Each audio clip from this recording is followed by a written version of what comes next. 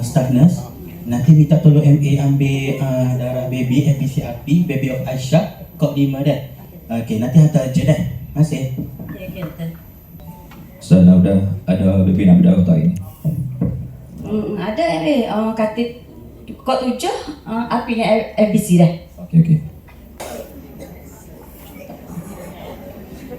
Sana udah. Saya dah ambil darah. Saya kata di lab tu. Dr. Hafiq malam malam patient masuk penuh patient kat sini. Oh, panas juga Dr. Nur. Betul, apa ni sekarang dah sekarang tak ada lagi passover. Ramai semalam. Lewat ni. Tak apalah. Passover betul-betul. Dr. Nur, Okey. yesterday ada ni kes yang kita kena ambil blood dari oksigen air. Okey, itulah malam ada orang beritahu saya yang Universiti Aisyah ni memang kena urgent full blood count dengan bius sebab dia pun nampak sepsis kan. Dah ambil darah ke? Pada ambil. Kat apa ni baby of Siti Aisyah. Dah ambil dah? Dah ambil dah kata, tapi kita ambil yang staff ni kata tadi kod 7 bukan 5. Kod 7. Ni baby of Zainab ni. Saya minta Dr. Rizwan tadi ambil kod 5. Sekejap saya panggil Dr. Rizwan. Okey. Dr. Rizwan? Ya, doktor. Tadi kan ada masuk patient yang saya minta baby of Siti Aisyah ni ambil darah urgent kan? Tadi saya cakap kat staff ni suruh MA ambil baby of Siti Aisyah kod 5 lah. Dr. Rizwan tak sempat ambil sibuk. Tak sempat tadi lah sebab saya kena pergi turun tadi. Post call. Okey.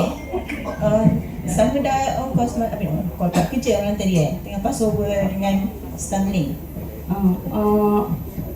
MA ambil darah kod 5 tadi kan? Betul sebab tadi yang staff ni kata kod 7. Kasih kod 7 tau. Betul. Alamak. Kod 7.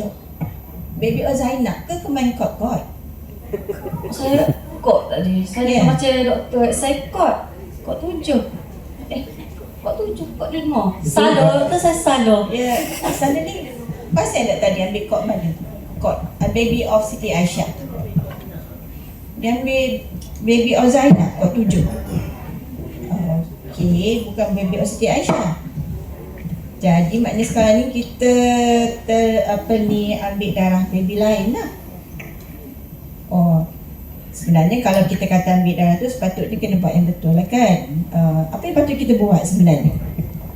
Jadi untuk pak saya sepatutnya jumpa sendiri dengan MA Hisham, bagi tahu nama, RN dan kod berapa baby tersebut dan darah apa yang saya ingin ambil. Ya. Saya sebagai seorang sebenarnya saya perlu mengesahkan dulu arahan yang diberikan. Itulah sepatutnya saya. Ada nak tanya. Sepatutnya saya tadi ambil darah, sepatutnya saya kena cek dulu nama baby dengan RN sekali. Memang betul ambil baby of Zainab tadi lah. Saya ambil baby 7, kod 7. Okey. Memang pass over code lah. Okey. Dalam kerja kita kan, kita pun dengar tadi pengucapan awam kan, tu adalah amanah yang patut kita buat. So kalau komunikasi kita macam telefon lah ni, kalau telefon rosak tu line tak clear, bila line tak clear kita kakak tak dengar kan susah kan. Ini untuk kita berdiskusi lah, bukan untuk nak marah, nak tegur kan. Kalau tegur tadi orang kata, siapa Cik Sandra kata jangan melenting kan.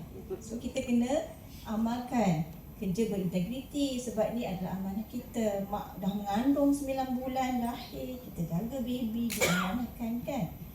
Kalau kita tak dapat result tu nanti macam mana kita nak buat rawatan kepada bayi tersebut kan.